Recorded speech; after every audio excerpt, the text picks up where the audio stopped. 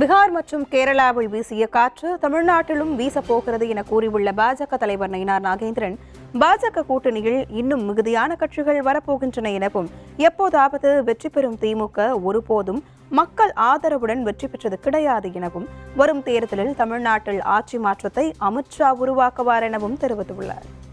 நான் இந்த கூட்டத்தின் வாயிலாக ஒன்றை தெளிவாக சொல்வேன். என்றைக்கும் திமுக மக்கள் சக்தியோடு ஆட்சி பிடித்ததே கிடையாது. திமுக எப்பொழுதாவது ஜெயிக்கக்கூடிய கட்சி. ஆனால் நம்முடைய கூட்டணி உறுதியாக ஜெயிக்கக்கூடிய கட்சி.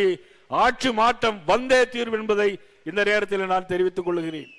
அதுபோல இன்றைக்கு வாக்காளர் கணக்கெடுப்பு, பீகார் மாநிலத்திலே வாக்காளர் கணக்கெடுப்பு எடுத்தார்கள். 65 லட்சம் பேர் அங்கு நீக்கப்பட்டார்கள்.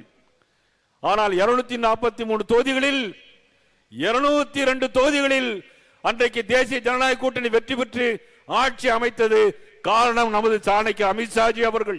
அதே காற்றுதான் பீகாரில் வீசிய, அதே காற்றுதான் திருவனந்தபுரத்தில் வீசிய, அதே காற்றுதான் இன்றைக்கு தமிழகத்திலும் வீச போகிறது. அதற்கு அச்சாரமாகத்தான் அமித்ஷாஜி அவர்கள் இங்கே வந்திருக்கிறார்கள். ஆக இந்த தேர்தலில் நிச்சயமாக இன்னும் கூட்டணிகள் நிறைய வரும் என்பதை எங்களது அமித்ஷா அவர்கள் உறுதி செய்வார்கள். உறுதியாக நீங்கள் ஆட்சி மாற்றம் வரும், திராவிட முன்னேற்ற கழகம் ஆட்சிக்கு ஆட்சி விட்டு மாறி போகும் என்பதை புரட்சித்தில் எம்ஜிஆருடைய பாடலை பாடுவார். அதர்மம் அரசாளும் போது தர்மம் வெளியே போகும், தவறு வெளியே போகும்போது தர்மம் உள்ளே வரும்போது ஒரு பாடல் உண்டு.